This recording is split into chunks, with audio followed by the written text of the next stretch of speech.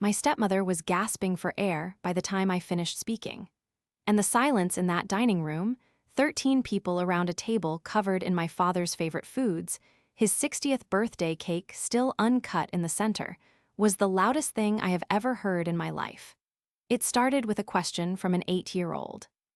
My nephew Lucas, gap-toothed and completely unaware of the grenade he just pulled the pin from, looked across the table at my stepmother Diane and asked, in the clear, carrying voice that only small children seem to possess, "Why does Daddy's old photos show Grandpa's house bigger than the one you told him to sell?" Lucas had been looking at photos on my brother's phone. Old family pictures. The house we grew up in on Callaway Drive. And Diane, who had convinced my father to sell that property for $180,000, who had pocketed the difference between that price and what the house was actually worth, which was $480,000, went the color of old paper. The entire table went silent. I didn't say anything for a long moment. I just reached into my bag, pulled out my phone, opened the document I had been carrying with me for 6 weeks, and said, quietly, the money she kept was $300,000. Diane's chair scraped against the hardwood. Her hand went to her throat. Let me tell you how we got here. Because this moment, this particular Saturday in September, the smell of my father's pot roast in the air, the sound of someone's fork hitting their plate, did not happen by accident. It was the result of 3 years of watching, waiting, and building something nobody in that room knew existed. To understand what happened at that birthday dinner, you have to understand who Diane was, who my father became after he married her, and what I spent 36 months quietly doing while everyone assumed I was simply the family disappointment. I am 38 years old. My name is Rachel. I am the middle child of 3, sandwiched between my brother Daniel, who is 42 and works in insurance, and my sister Patris, who is 34 and teaches elementary school in Phoenix. Our mother, Carol, died when I was 22, when Patris was 18 and still living at home. Breast cancer. Stage 4 by the time they found it. She was gone in 11 months.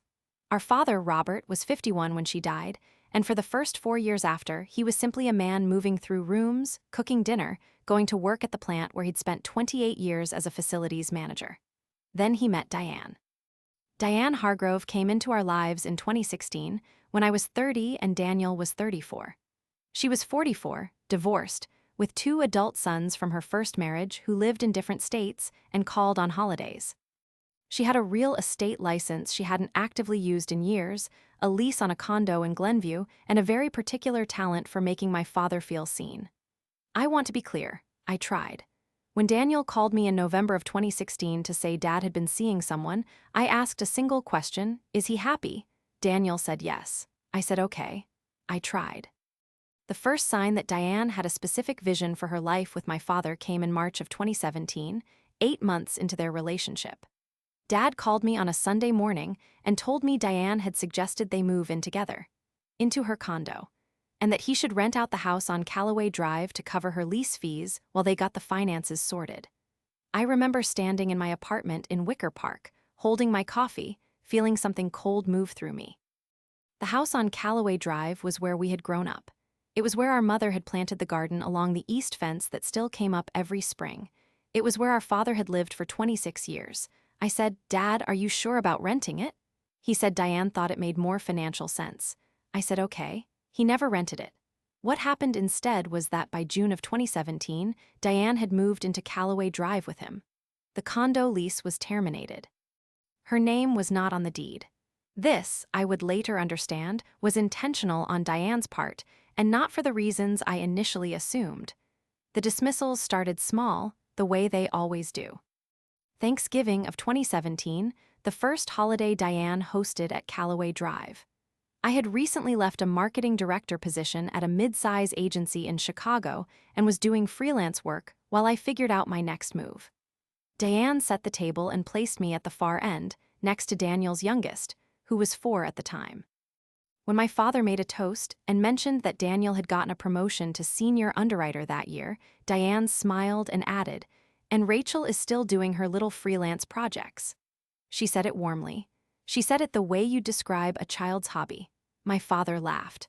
I looked at the candles in the center of the table and said nothing.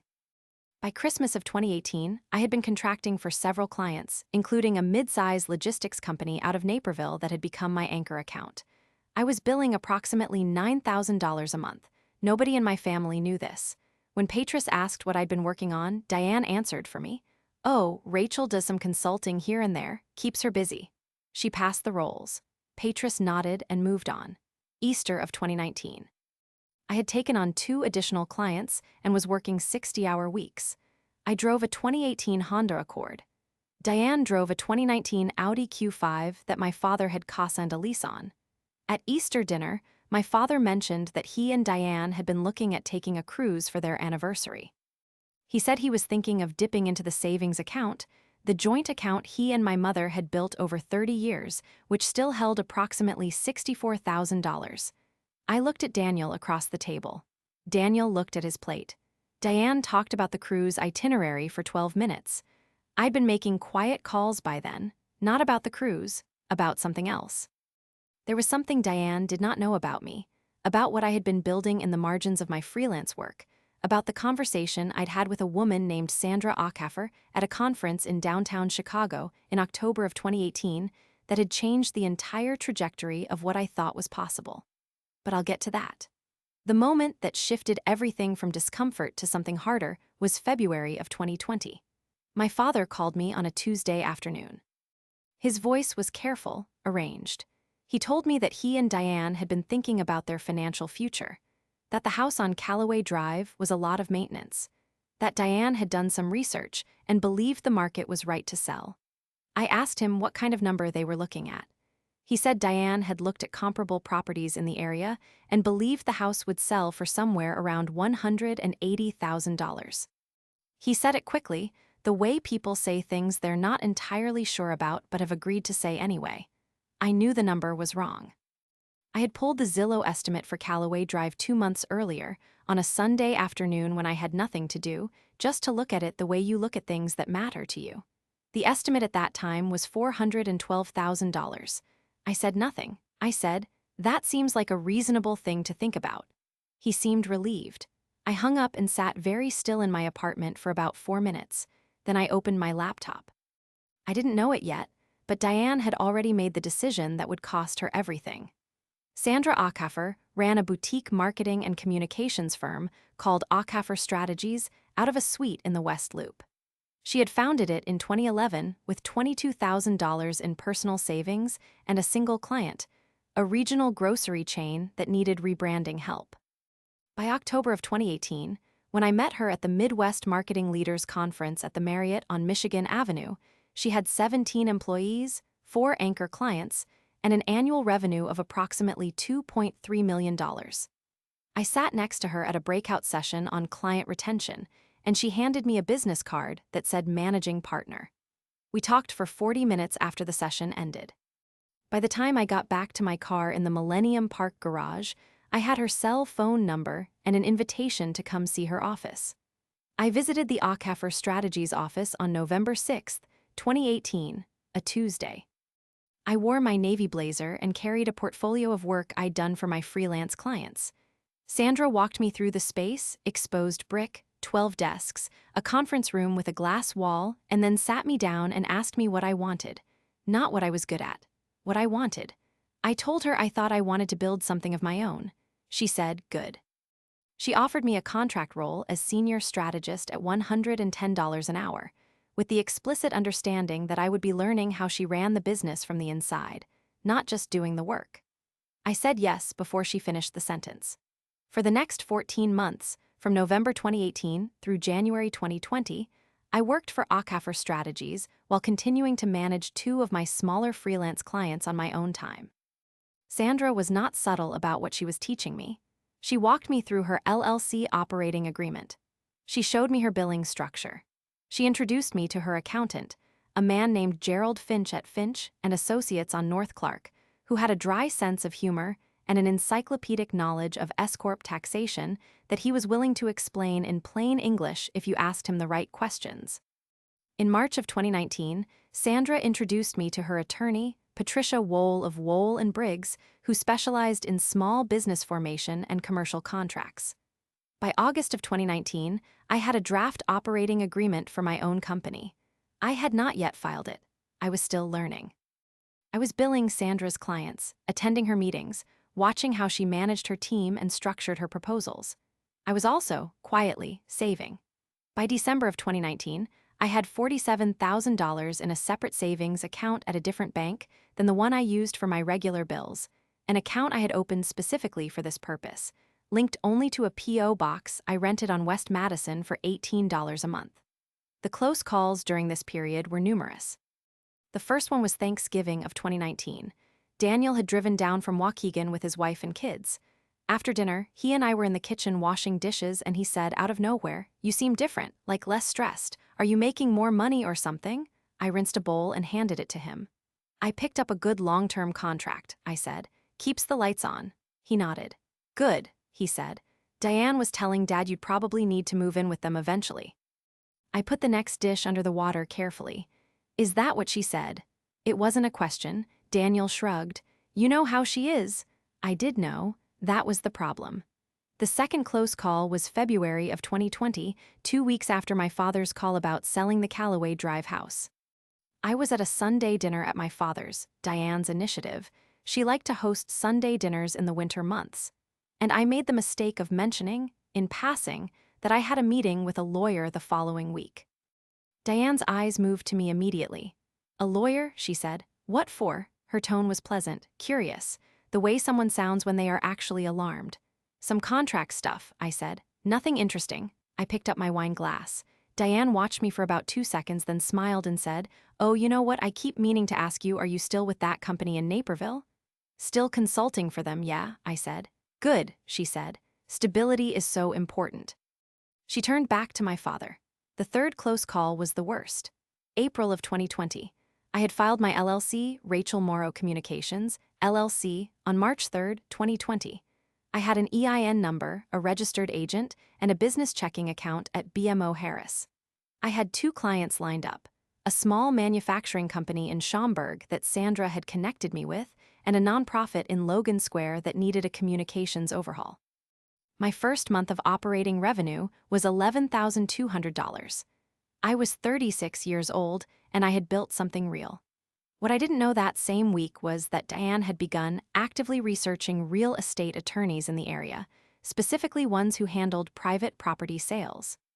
In April of 2020, during one of those early pandemic video calls that everyone was doing, Diane looked at my background. I was at my desk, and behind me, just barely visible, was a printout I had forgotten to flip over. It was a draft of a client proposal on Rachel Morrow Communications letterhead. She squinted. I saw her squint. "What's that on your wall?" she said. I turned around, picked up the paper, and folded it once. "Client notes," I said. "I'm in the middle of something, actually. Sorry to cut this short." She did not stop squinting until I ended the call. I moved my paperwork to a locked drawer that same afternoon.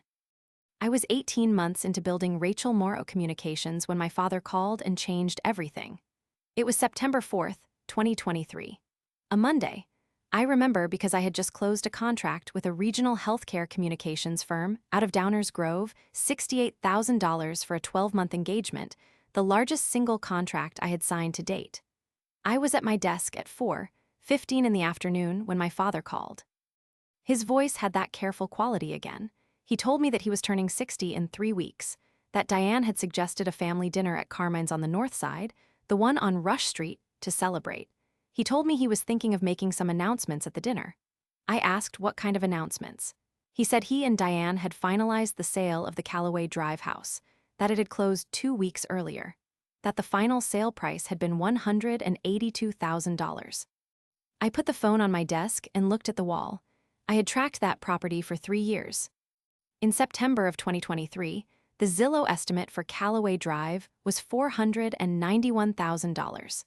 Comparable properties on the same street had sold in the previous 18 months for between $460,000 and $510,000. I knew this because I had saved a real estate listing from 1998, the year my parents had purchased the home, that I had found in a box in my father's basement during a visit in 2021. I had photographed it. I had also, over the previous 14 months, been pulling quarterly comparable sales reports for that zip code and saving them in a folder on my Google Drive labeled simply Callaway. My father also mentioned during that call that Diane had suggested the proceeds from the house be transferred into a joint investment account in both their names. He said the money was already there. I said, "I'll be at the dinner, Dad." He sounded relieved. He said he was looking forward to it. He said Diane had ordered a cake from Alliance Bakery and that Patris was flying in from Phoenix. I hung up and called Patricia Wohl at 4:37 p.m. By September 7th, I had consulted with Patricia and Gerald Finch. Gerald pulled a 1099 analysis on what the tax implications would have been on a legitimate sale of a property held for 26 years versus the reported sale price. Patricia walked me through what constituted fiduciary misrepresentation between spouses in Illinois and the specific documentation that would be relevant in a civil proceeding. She also told me what would not be relevant, which was equally important.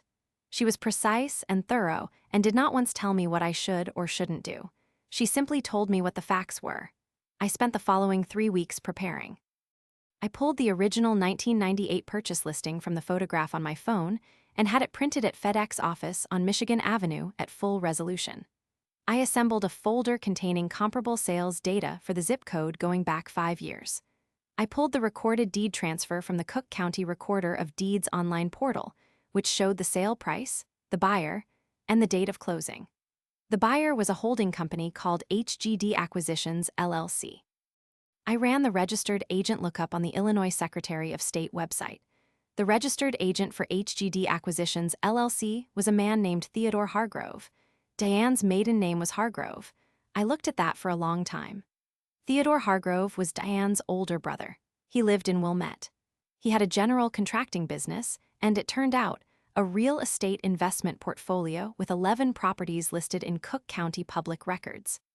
Patricia Wohl reviewed what I had found and said, in her precise, even way, that is a significant problem for her. The timing couldn't have been worse for Diane, or maybe it was perfect for me. September 25, 2023. Carmine's on Rush Street, 7:00 p.m. reservation for 13. I arrived at 6:47, which meant I was there before Diane, which was intentional. The restaurant was warm and loud in the way that old-school Italian places are, red leather booths, low lighting, the smell of garlic and butter in the air. My father was already there, at the round table in the back that Diane had reserved. He looked genuinely happy. He was wearing a new shirt, burgundy, which meant Diane had picked it, and he stood up when he saw me and held me for a long moment. I held him back. He was 60 years old and he looked it and I loved him and none of what was about to happen was his fault. That's the part that made it complicated. By 7:15, everyone was there. Daniel and his wife Corinne sat to my father's left. Patris had come in from Phoenix and was across the table, next to our cousin Michelle. Diane's 2 sons, Brett and Connor, were there with their respective girlfriends. Lucas, who was Daniel's youngest at 8 years old, was sandwiched between Corinne and an empty chair at the far end. The rest of the seats were filled with a couple of my father's work friends and their spouses. I sat across from Diane. This also was intentional. I wanted to be able to see her face. Dinner proceeded normally for the first 40 minutes. Wine was poured. Bread arrived. My father told a story about his first week at the plant, back in 1984, that everyone had heard before but laughed at anyway. Diane was composed and warm in a cream-colored blazer, her hair done. She kept touching my father's arm. I ate my Caesar salad and watched the table. It was during the appetizers that Lucas, who had been given Daniel's phone to look at old photos, looked up and asked his question. His voice was clear and matter-of-fact the way 8-year-old voices are, no performance, no awareness of weight. Why does Daddy's old photos show Grandpa's house bigger than the one you told him to sell? The noise at the table dropped like a switch had been thrown. Diane's expression went through 3 stages in approximately 2 seconds. First, confusion. Second, calculation. Third, something that was very close to fear. My father turned to Lucas. "What do you mean, buddy?" His voice was gentle, curious. "In the pictures it looks really big," Lucas said, holding up the phone. "But Diane said you had to sell because it was only worth a little bit. So why does it look so big?" My father looked at Daniel, who looked at his phone screen, then at me. I looked at Diane. Diane said, "Oh, sweetie, photos can make things look different than." I'd like to address that actually, I said. My voice was completely level. The table heard it. Everyone's attention moved. Diane looked at me. A pause, 2 seconds too long. Rachel, she said, with the particular warmth she used when she wanted to manage me, this isn't really the time or place. It's Dad's birthday dinner, I said. He just told us the house sold. It seems like a good time. My father put down his fork. What's going on? I reached into my bag and placed 3 items on the table in front of me. The FedEx print of the original 1998 real estate listing. The comparable sales sheet. The deed transfer from Cook County with the buyer information highlighted. I slid the comp sheet toward my father first. These are comparable sales for the Callaway Drive neighborhood over the last 2 years. The average sale price for a 3-bedroom, 2-bath single-family home on that street was $463,000. The corner of Diane's mouth twitched. Dad, I said, what price did the house sell for? $182, he said slowly. He was looking at the comp sheet. The house sold to a company called HGD Acquisitions LLC. I slid the deed transfer across. The registered agent for that company is Theodore Hargrove. Nobody spoke. I heard someone's glass get set down carefully.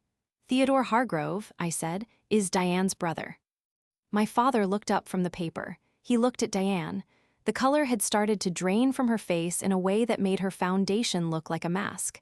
That's not, Diane started. Her voice came out different. Higher, tight.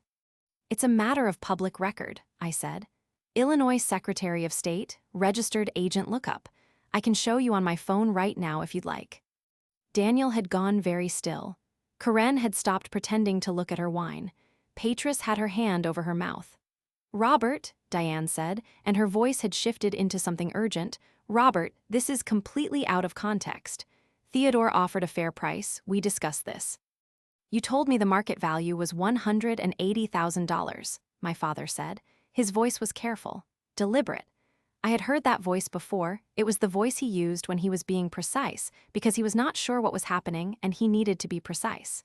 Based on what I researched, Diane began.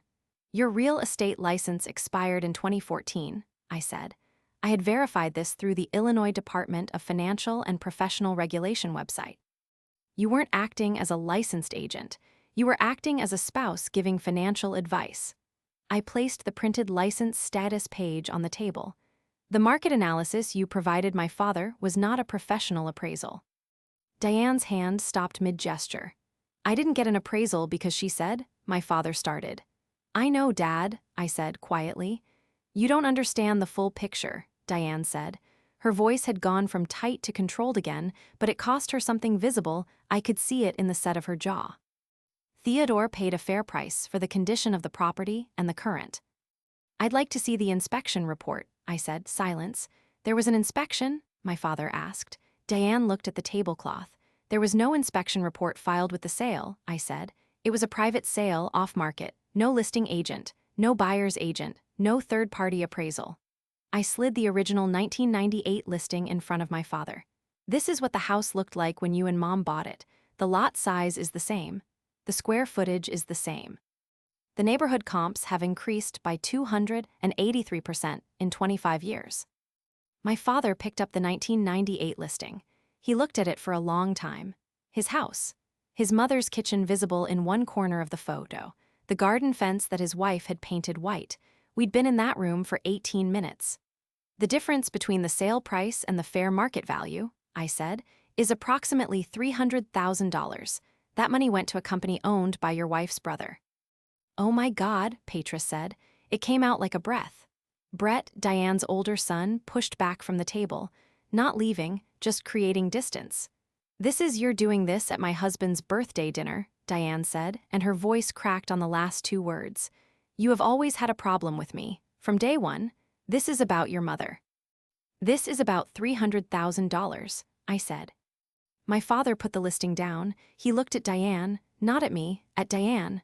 Robert, Diane said, her hands were flat on the table. I handled the sale. I told you I would handle it. I said I would take care of everything.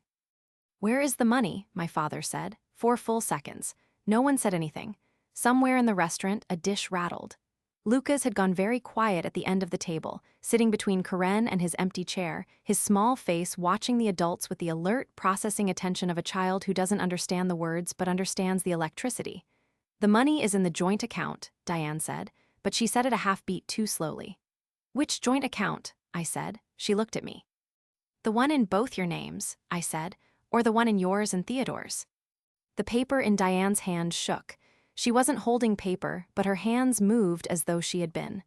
"What is she talking about?" my father said, not to me, to Diane. "Robert, I can explain." "Theodore made the wire transfer to an account at First Midwest Bank," I said. I placed the last document on the table. "I requested a copy of the recorded deed from Cook County. The transaction notes reflect the receiving account number. I had my accountant run a ownership lookup through the routing information." I paused. "That account is in Diane's name only." My father folded inward, not dramatically, not like the movies. He just got smaller in his chair in the way that people do when something they believed is removed from beneath them. He was 60 years old, and the house where he had lived for 26 years, where his wife had died, where his children had grown up, had been sold for $182,000 to his wife's brother, and the $300,000 difference was sitting in an account his wife had never told him existed. "Robert," Diane said. Her voice had broken now. "I was going to tell you.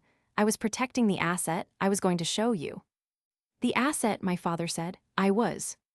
"My mother planted the garden on the east side of that house," my father said. "I painted the fence." Diane couldn't speak. "I've thought about this moment 1,000 times," I said, quietly, to no one in particular, looking at the candles in the center of the table. "Would you have done it differently?" Connor, Diane's younger son, stood up. He said, "Mom," in a tone that was not a defense and not an accusation, just a name, and then he went outside. The door to the restaurant opened and closed. My father's work friends had the particular stillness of people who are very carefully deciding whether they exist. My sister Patris reached across the table and put her hand over my father's. Daniel said, "Dad, we need to call someone tonight." I had Patricia Wool's card in my bag. I had been carrying it for 3 weeks. And there was one more thing. I reached back into my bag and placed a final document on the table. It was a printout from the Illinois Attorney General's website, specifically from the Consumer Fraud and Deceptive Business Practices Division, with the relevant sections highlighted. Patricia had helped me prepare this. It outlined, in plain language, what constituted fraudulent transfer of marital assets in the state of Illinois and the civil, and in some cases criminal implications of structuring a real estate sale to misrepresent value to a spouse. "Patricia Wohl at Wohl & Briggs is expecting your call," I said to my father. "I told her you might call this week. She knows the full situation." Diane's face went from pale to red to pale again in about 10 seconds. She stood up. Her chair scraped. She said, "You planned this. You planned this whole thing. You sold my father's house to your brother for $182,000, I said. "I found the public records." She left. She walked out of Carmine's on Rush Street at 8:41 p.m. on September 25, 2023, with her cream-colored blazer and her carefully done hair, and she did not look back. Brett followed her. My father stayed. My hands had stopped shaking. I had not realized they had been shaking. I let out a slow breath. 3 documents, 7 pieces of evidence, 36 months of watching and preparing, 4 minutes to change everything. The birthday cake from Alliance Bakery sat uncut in the center of the table, and nobody moved to cut it for a long time. My father's attorney, the same one who had been handling his estate planning, initiated civil proceedings against Diane on October 14, 2023. The $300,000 in the First Midwest account was frozen pending adjudication. A settlement was reached in January of 2024.